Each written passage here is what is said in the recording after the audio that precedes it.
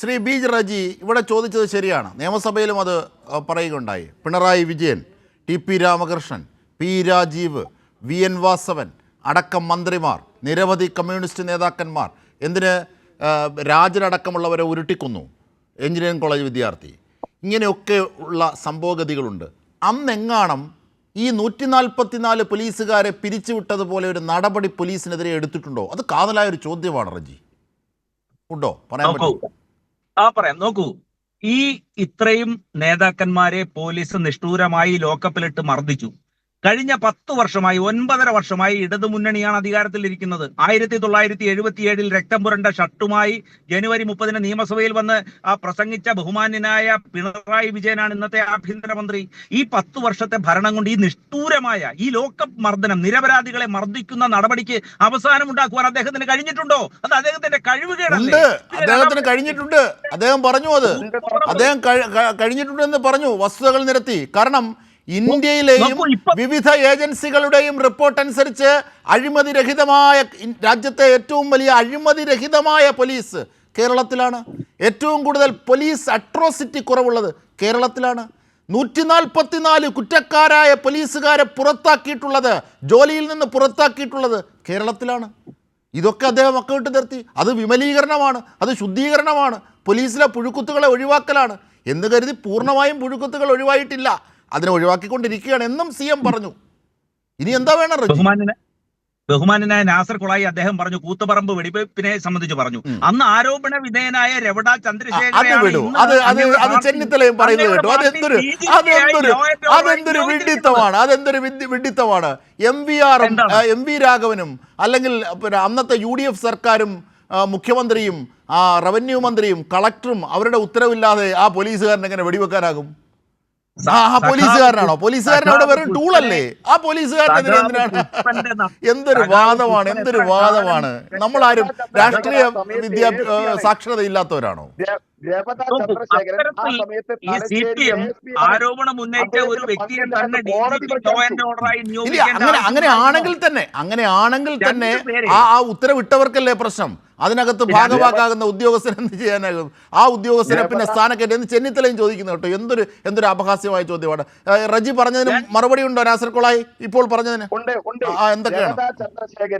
രവതാ ചന്ദ്രശേഖരി ASP ആയി തലശ്ശേരി പിന്നെ അവിടെ ചാർജ് എടുത്തിട്ട് ഒരാഴ്ച പിന്നിട്ടിട്ടേ ഉള്ളൂ. എന്നിട്ട് മാത്രമല്ല, കോടതിയെ സമീപിച്ചു അദ്ദേഹം. കോടതി ഇദ്ദേഹം നിരപരാധിയാണെന്ന് വിധി പ്രഖ്യാപിച്ചു രവതാ ചന്ദ്രശേഖർ. കാരണം അദ്ദേഹം അദ്ദേഹം ട്രെയിനിങ്ങിലാണ്, ASP ആണ്.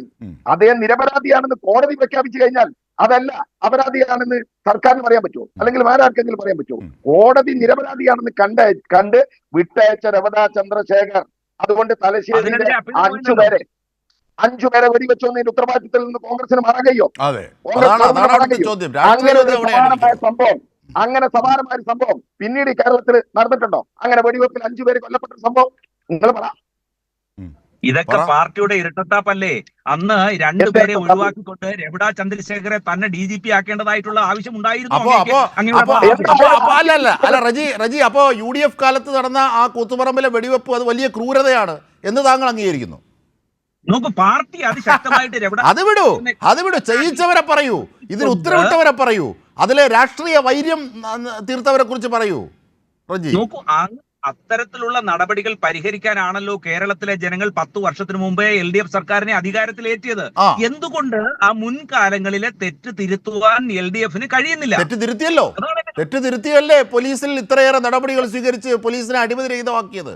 റജി, എന്താണ് കേൾക്കാത്തത്? അങ്ങനെയാണെങ്കിൽ 36 അട്രോസിറ്റീസ് സംബന്ധിച്ചുള്ള വാർത്തകളാണ് ഈ കഴിഞ്ഞ ഒരാഴ്ചയായി പത്രങ്ങളിൽ വന്നിട്ടുള്ളത്.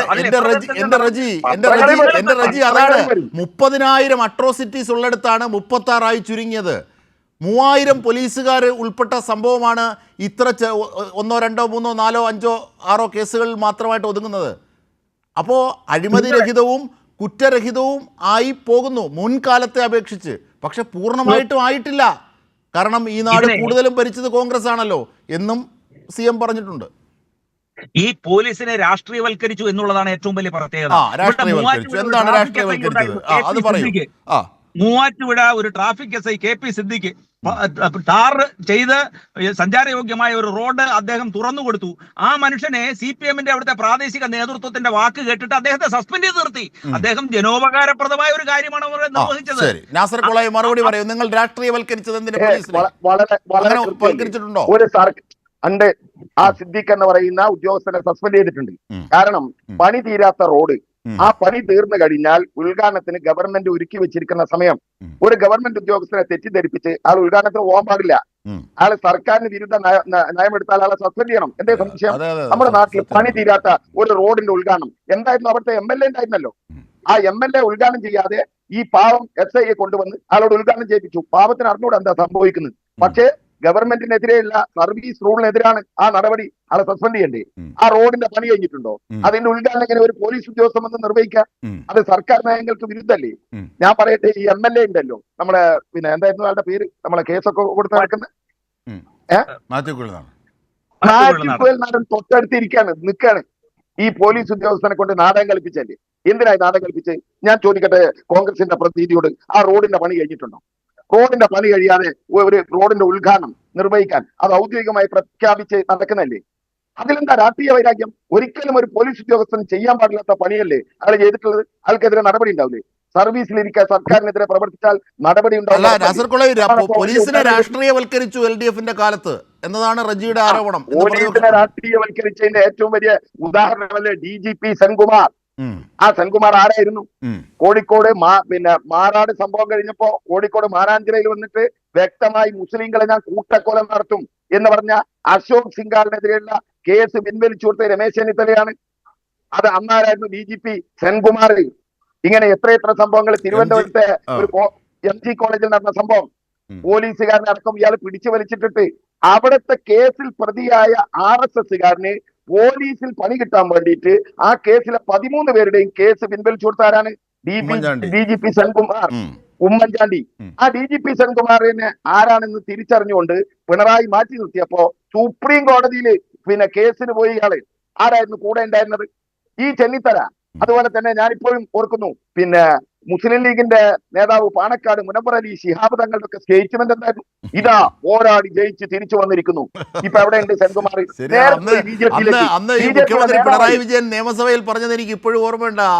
അദ്ദേഹം നിങ്ങളുടെ കൂട്ടത്തിൽ നിന്നൊക്കെ മാറി ഇപ്പോൾ ഉള്ളത് അറിയാമോ എന്നൊക്കെ ചോദിച്ചത് അല്ലേ? പിണറായി വിജയനെ കുറിച്ച് പറഞ്ഞെന്താറിയോ? ഇരട്ടച്ചങ്കന്റെ ചങ്കിന് കുത്തി തിരിച്ചു വന്ന സെൻകുമാറിന് ചുവന്ന റോസാപ്പൂക്കൾ ആരാ കൊടുത്തത്? ഈ UDF-ന്റെ നേതാക്കൾ. ഇന്ന് സെൻകുമാർ എവിടെയുണ്ട്? BJP-യിൽ.